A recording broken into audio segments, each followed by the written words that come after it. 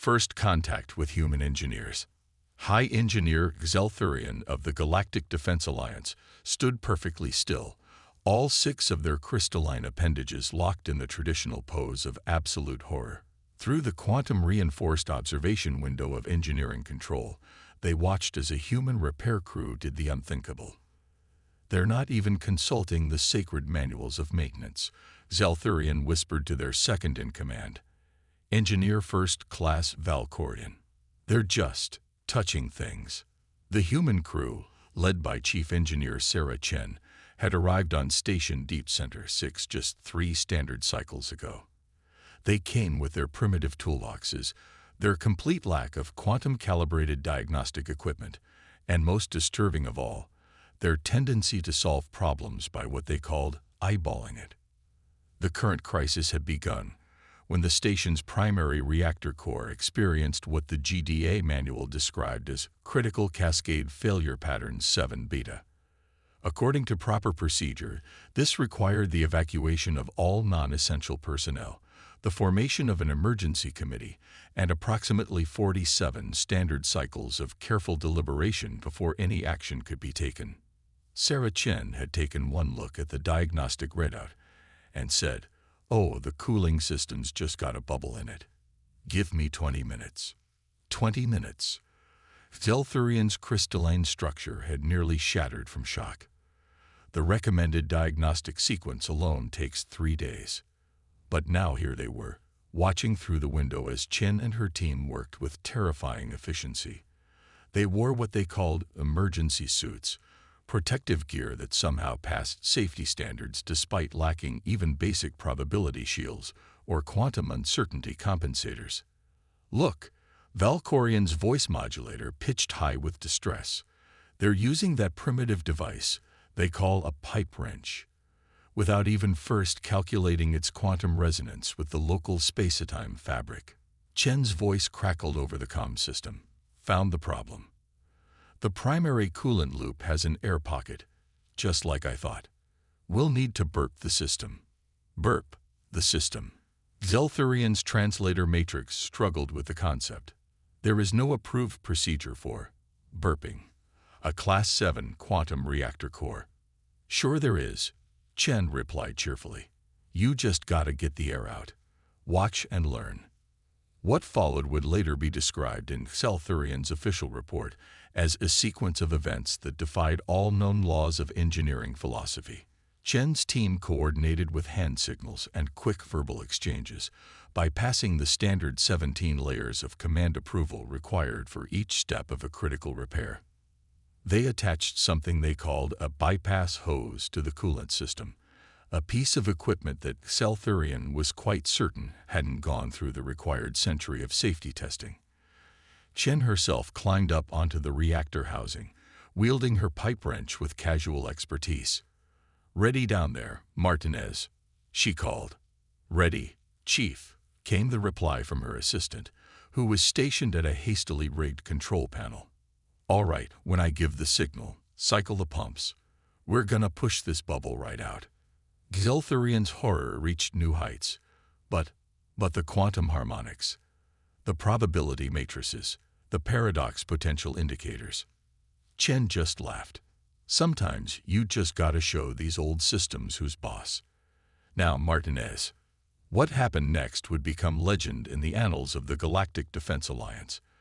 With a series of thunderous clanks, groans, and one particularly alarming gurgle, the reactor's warning signals suddenly cleared. The temperature gauges, which had been climbing toward critical levels, began dropping back into normal range. "There we go," Chen said, already packing up her tools. "All she needed was a little persuasion. I also noticed your secondary containment fields got a bit of a wobble. Might want to let us take a look at that before it becomes a problem." Xelthurian and Valkorian stood in stunned silence as the human repair crew departed, their toolboxes swinging casually at their sides. The entire crisis had been resolved in exactly 18 minutes and 43 seconds, a time that should have been impossible according to every engineering principle the Alliance held sacred. Should we report this?" Valkorian finally asked. Zelthurian's crystalline appendages shifted in thought.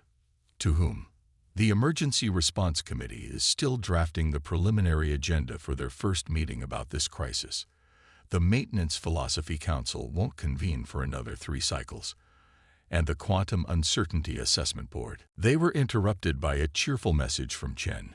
Hey, while we're here, want us to take a look at that weird vibration in your artificial gravity generators? Sounds like a bearing's going bad. We can probably fix it in about an hour. Zelthurian's internal structure resonated with a deep existential dread, but they couldn't deny the evidence before them. The reactor was running more smoothly than it had in decades. Perhaps there was something to these human methods after all. Very well, they transmitted back, their voice modulator barely stable. But please, at least fill out a basic risk assessment form. Sure thing, Chen replied. Right after we finished the job. And that was how the great engineering revolution began. Not with a quantum bang, but with a human wrench and a complete disregard for proper paperwork. The Battle of Proxima Station. Admiral Zixbex of the Galactic Defense Alliance had always taken pride in running the most orderly combat operations in known space. Every battle plan was developed through proper channels, with each maneuver carefully calculated and approved by no less than 12 different strategic committees, which was why the current situation was giving them the equivalent of a 4-dimensional migraine. What do you mean? The humans are repelling borders with a cleaning drone, they demanded, all 4 tentacles rippling with agitation. Lieutenant Commander Relnax's holographic image flickered as another explosion rocked Proxima Station. I'm watching it right now, Admiral. Lieutenant Rodriguez reprogrammed a maintenance bot using something she calls duct tape and a spare datapad. She's using it too. Oh, stars above. Now she's attached a point defense laser to it. The battle had begun 3 hours ago when the Nexus Cartel, a notorious group of space pirates, launched a surprise attack on Proxima Station. The station's conventional defenses had been systematically disabled by a series of precise strikes, leaving the Alliance forces scrambling for solutions. Enter the Human Engineering Corps. Status report on Chief Wong's team. Admiral Zixvex asked, dreading the answer. They've converted the station's waste recycling system into an improvised missile launcher, Relnax replied, their voice modulator cracking with disbelief. They're using compressed garbage as projectiles. It's horrifyingly effective. On the main view screen, the Admiral watched as another cartel ship spun out of control, its shields completely overwhelmed by what appeared to be a high-velocity mass of compacted food containers and broken equipment parts. But that violates at least 37 different weapons protocols. Zixvex protested. The forms alone. With respect, Admiral, interrupted a new voice. Commander Kate Chen, recently promoted after the reactor incident, appeared on a secondary screen. Her uniform was smudged with grease and what looked suspiciously like coffee stains. We're a little busy staying alive to file paperwork right now. The cartel's boarding parties have breached Level 7, Relnax reported. They're approaching the main reactor control. Not for long, Chen grinned. Martinez, hit it. The station's internal cameras showed a scene that would later require extensive therapy for the Alliance's military historians to process. The human engineers had somehow converted the entire deck's artificial gravity systems into what they called a bounce house. The heavily armed cartel troops found themselves suddenly floating, then slamming into the ceiling, then the floor, then the ceiling again. Did you know if you reverse the polarity on gravity plating and time it just right, you can play paddle ball with pirates? Chen asked cheerfully. We've got teams standing by at the corridor intersections with cargo nets. Admiral Zixbex watched in horrified fascination as the cartel's elite boarding parties were literally bounced into submission. But where did you even get the cargo nets? Oh, we made those from spare computer cables and some ripped-up floor panels, Chen replied casually. Speaking of which, sorry about the floor panels. We'll put them back later, probably. On another screen, Lieutenant Rodriguez's weaponized cleaning drone zipped through the corridors, its original mopping attachment now sporting what appeared to be a makeshift flamethrower. Limpiza Extrema. Rodriguez's voice echoed through the comms as another group of pirates retreated in panic. Chief Wong, Zixpex asked, dreading the answer. What exactly are you loading into that recycling launcher now? Remember those expired ration packs from the station's emergency supplies? Wong's voice was entirely too pleased. Turns out they're even more dangerous as projectiles than they were as food. Also, we may have accidentally invented a new form of biological warfare. Don't worry, though. It's probably not lethal. Just really, really messy. The battle reached its climax when the cartel's flagship attempted to breach the station's main docking bay. They were met by what the humans had dubbed Operation Newton's Third Law, a hastily assembled array of industrial pressure vessels that Chen's team had repurposed into improvised mass drivers. Remember, for every action, there's an equal and opposite reaction. Chen called out as they activated the system. And today's action is launching these compressed gas containers right up their propulsion manifolds. The resulting chain reaction of explosions was, as Lieutenant Rodriguez would later describe in her extremely informal after-action report, totally awesome. The cartel fleet, faced with the choice between retreat and finding out what else the human engineers might improvise, chose the better part of valor. As the all-clear signals finally sounded throughout the station, Admiral Zixpex slumped in their command chair. Commander Chen, they said wearily, I believe we need to have a discussion about proper military protocols and the approved procedures for defensive innovations. Sure thing, Admiral, Chen replied, already elbow-deep in repairing a damaged power conduit. Just as soon as we finish putting out these fires. By the way, has anyone seen Rodriguez's cleaning drone? It's developed a concerning habit of trying to clean any armed visitors to the station. Somewhere in the distance, they heard a mechanical whirring followed by panicked screaming, and what sounded suspiciously like a small explosion. Never mind, Chen sighed. Found it.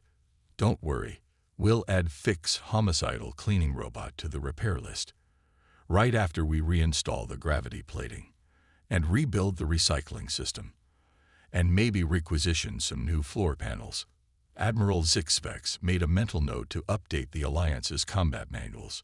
Somehow, they suspected they would need an entirely new volume just for human engineering solutions, what to expect, and why to be afraid. The galaxy, they reflected, would never be quite the same. Neither would their maintenance budget. The engineering revolution. The Grand Hall of the Galactic Engineering Council had never witnessed such chaos. Traditional engineering guilds from 100 different species were in an uproar, their various appendages, tentacles, and crystalline structures gesturing wildly as they debated the latest crisis to rock their orderly universe. The Human Engineering Certification Program. This is madness, declared Chief Theorist Vectorian of the Quantum Uncertainty Guild, their probability matrices flickering with distress. They want to certify engineers based on practical results rather than theoretical perfection. Dr. Sarah Chen, newly appointed as humanities representative to the council, stood calmly at the podium. The sleeves of her formal uniform were, as usual, rolled up to the elbows, and a multi-tool peeked out of her pocket, a sight that made several of the more traditional guild members visibly shudder. With all due respect, Chen said, the results speak for themselves. Since implementing human repair techniques, emergency response times across the Alliance have dropped by 87%. Equipment efficiency has increased by 65%. And yes, paperwork has decreased by 99.9%. The last statement caused several council members to emit frequencies of pure distress. But how can we maintain standards? Demanded Ambassador Kralfex of the Proper Procedures Partnership. Just last week, a human engineer repaired a quantum drive-by. And I still can't believe I'm saying this. Hitting it with a hammer. Percussive maintenance. Chen corrected with a small smile. And it worked, didn't it? The debate was interrupted by an urgent message on the main display. A harvester swarm, one of the most dreaded threats in the galaxy, had been detected heading toward the Centauri colonies. The council chamber erupted into fresh chaos as emergency protocols were initiated. Standard response time to a harvester threat is 72 hours, announced First Speaker Yixtal. We must convene the Emergency Response Committee to. They'll be there in 4 hours. Chen interrupted, already pulling out her communicator. Team Echo is closest. Martinez. The holographic image of Carlos Martinez appeared, his engineering crew already loading equipment onto their rapid response ship. We saw the alert, Chief. Already got the special supplies ready. Special supplies. First Speaker Yixtal's translucent appendages wavered with concern. What special supplies? Remember those malfunctioning mining charges from the Epsilon sector? Martins grinned. We've reprogrammed them with some custom code. Also got about 50 industrial-grade magnetic pulse generators that were headed for recycling. Oh, and Wong figured out how to turn atmospheric processors into what she calls space bug zappers. Several council members fainted. The next 4 hours became a lesson in human engineering that would be studied and feared for generations to come. The emergency broadcast showed Team Echo's ships approaching the harvester swarm, which typically absorbed or adapted to any conventional weapons. Conventional weapons aren't really our style anyway. Wong's voice came over the comm as her ship moved into position. Ready with the bug zappers, Chief. What followed was a symphony of improvised engineering that defied every known law of proper procedure. The reprogrammed mining charges created a web of gravitational distortions that confused the harvester's Heigmund. The magnetic pulse generators, synchronized in what Martinez called a disco pattern, disrupted their neural networks. And Wong's modified atmospheric processors, they created a cascading wave of ionic disturbances that, as she cheerfully reported, deep-fried those bugs extra crispy. The entire harvester threat was neutralized in under 30 minutes. As the council watched in stunned silence, Chen turned back to the podium. Now, about that certification program.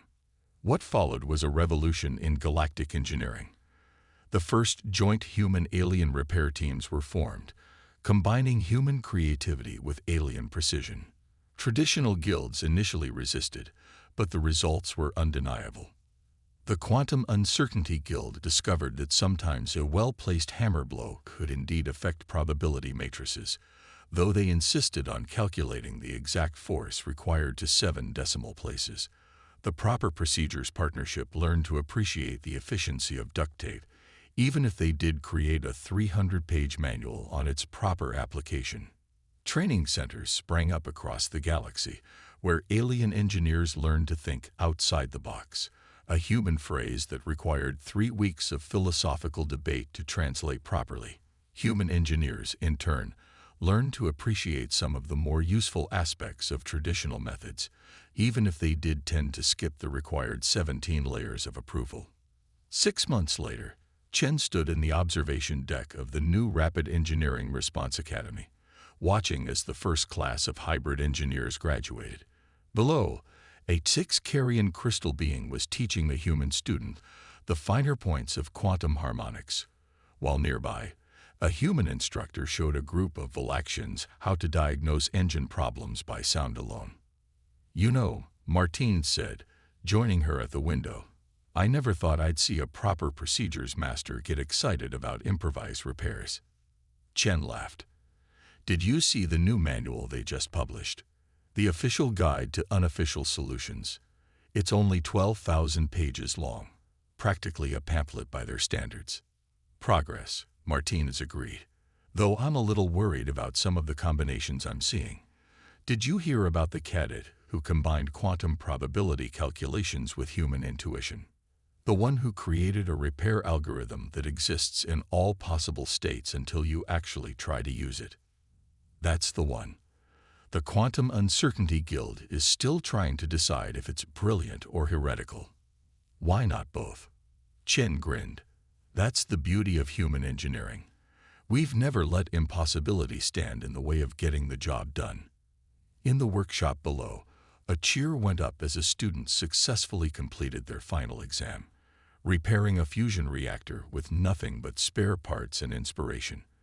The solution involved 3 different species engineering traditions, 2 supposedly impossible workarounds, and what appeared to be a modified kitchen appliance. The galaxy would never be the same. It would be better. The Siege of Sol, the largest fleet ever assembled by the Nexus cartel, darkened the space around Sol.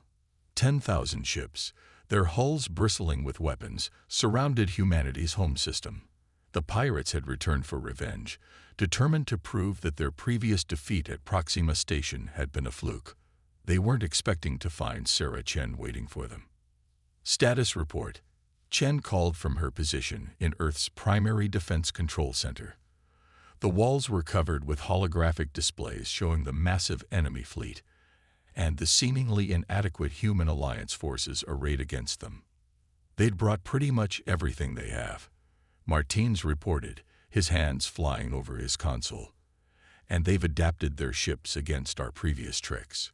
No more garbage cannons or gravity reversals for us. Good thing we never used the same trick twice. Chen grinned.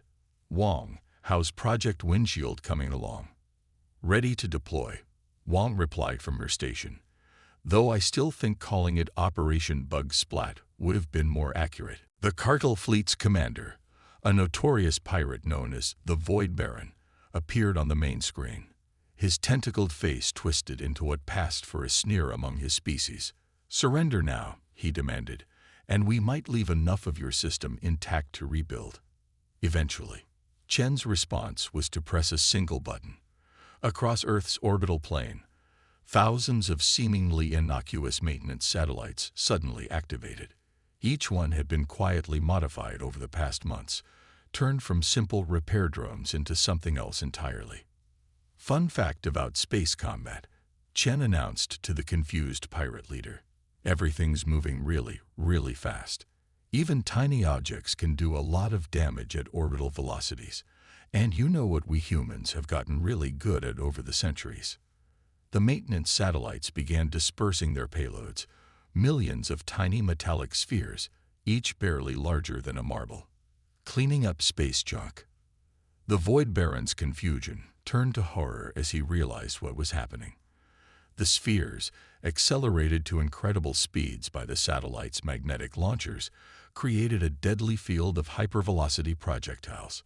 Ships at the edge of his fleet began reporting shield failures as the endless stream of tiny impacts overwhelmed their defenses. Did she just turn space debris removal technology into a weapon? First Speaker Yixtal asked from their position in the Alliance Command Center. That's just the beginning. Martins grinned. Watch this.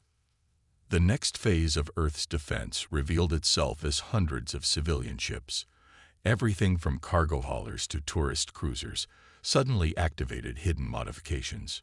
Cargo bay doors opened to reveal banks of improvised weapons cobbled together from mining equipment and industrial tools. Remember how we've been upgrading the civilian fleet's loading mechanisms? Wong called out. Turns out the same systems that help dock cargo containers can also launch them really, really fast. The space around Earth erupted in chaos as the cartel fleet found itself under attack from directions and methods they'd never trained for. Cargo ships launched containers packed with randomly assembled electronics that played havoc with enemy sensors. Passenger liners revealed modified life support systems that could project fields of superheated plasma. This is impossible. The Void Baron raged. These aren't military vessels. No, Chen agreed cheerfully. They're better. They're human ships that needed repairs, and got a few creative upgrades along the way. The battle took an even more bizarre turn when the cartel's boarding parties, launched in a desperate attempt to seize key orbital facilities, encountered humanity's latest innovations in station defense. Did that maintenance bot just judo throw a pirate? First Speaker Yixtal asked in disbelief. Rodriguez's latest project, Martinez explained.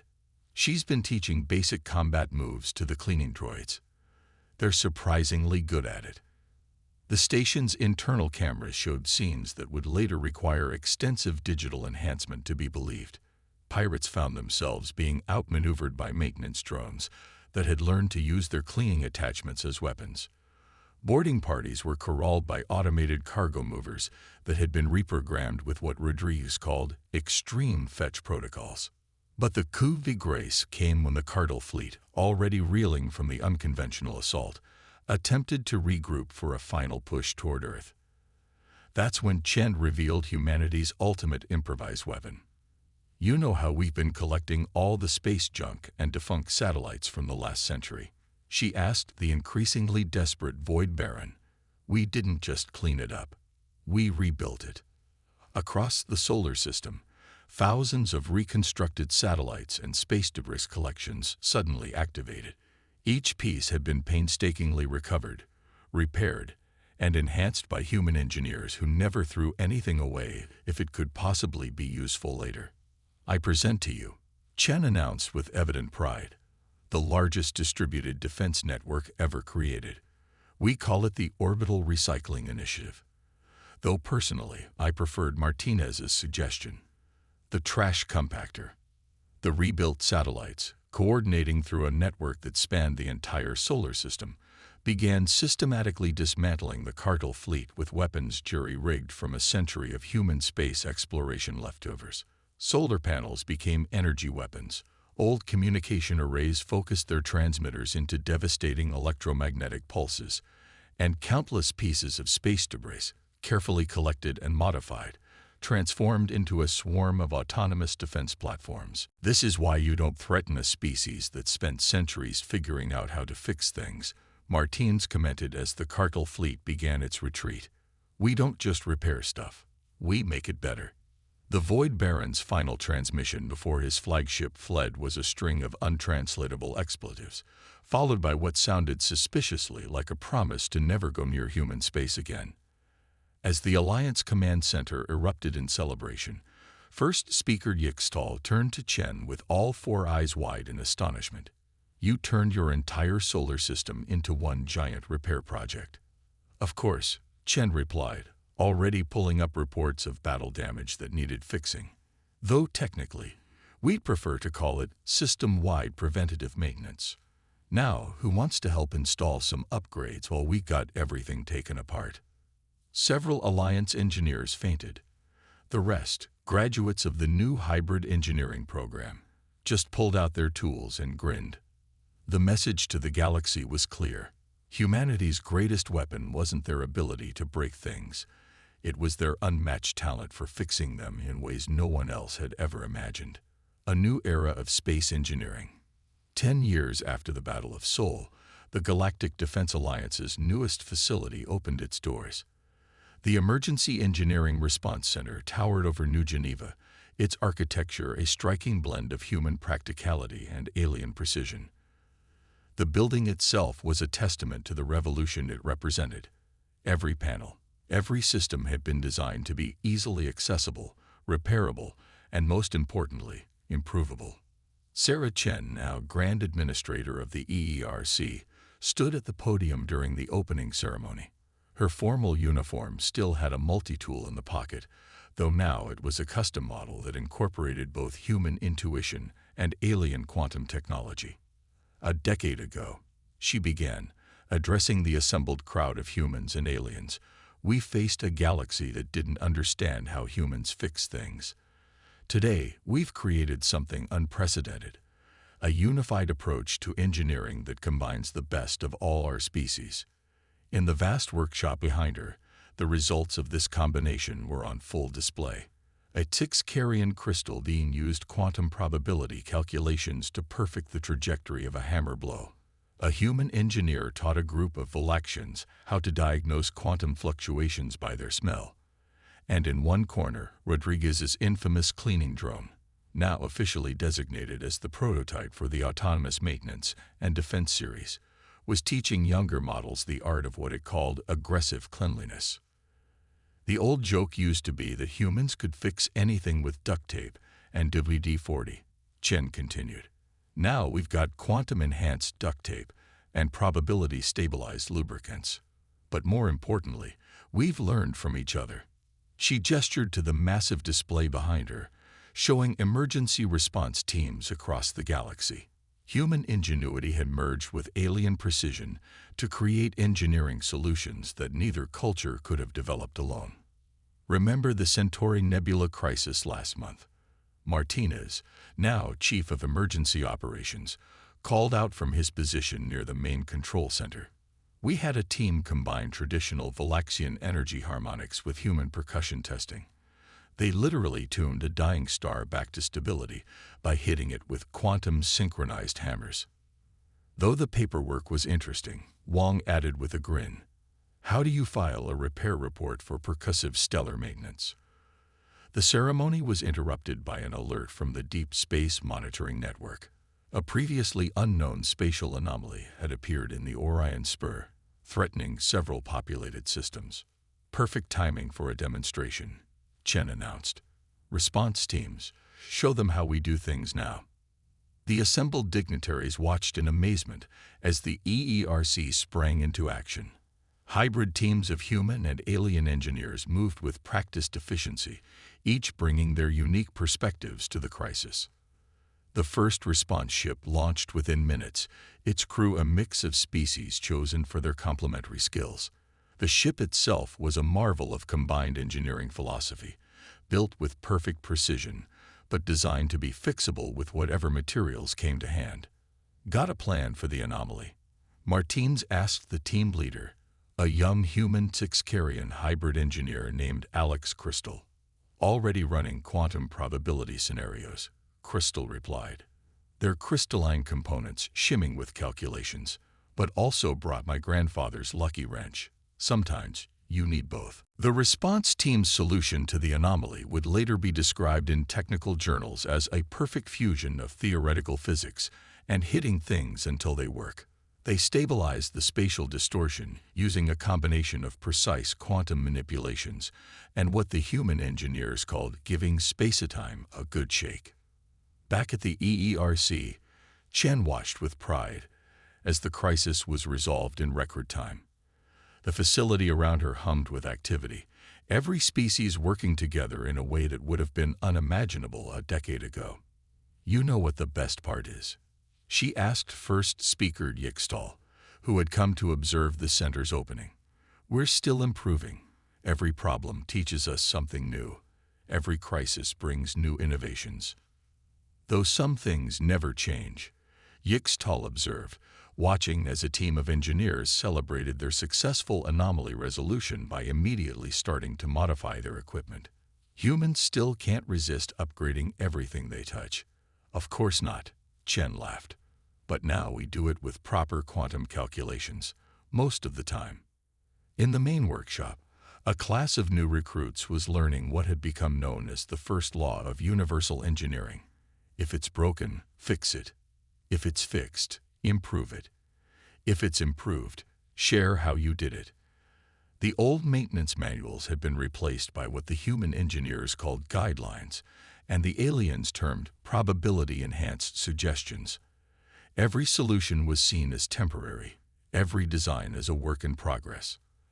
And somewhere in the facility, a cleaning drone was teaching its students about the proper application of quantum-enhanced cleaning solutions in combat situations, while a team of hybrid engineers debated the merits of using modified food synthesizers as emergency repair tools. The galaxy had learned that the human approach to engineering wasn't just about fixing things. It was about seeing the potential in everything, about never accepting that something couldn't be improved. And while some traditions still insisted on filing the proper forms in triplicate, they now did so after the repairs were complete.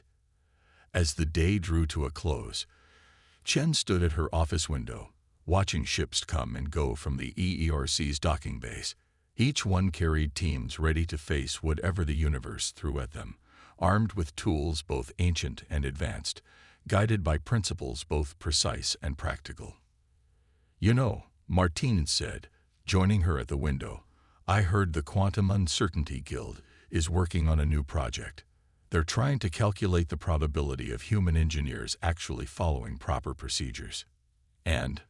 The calculations keep returning yes, no, and maybe simultaneously. Chen smiled. Sounds about right. After all, the best solutions usually come from the space between by the book and hold my coffee and watch this. Below them, the next generation of universal engineers continued their work, proving that in the end, the greatest innovation wasn't any particular technique or technology. It was the simple idea that every problem was just an opportunity for improvement in disguise. And somewhere in the depths of space, a very nervous pirate fleet gave the solar system a very wide berth, still wondering if those cleaning drones were really as aggressive as they remembered.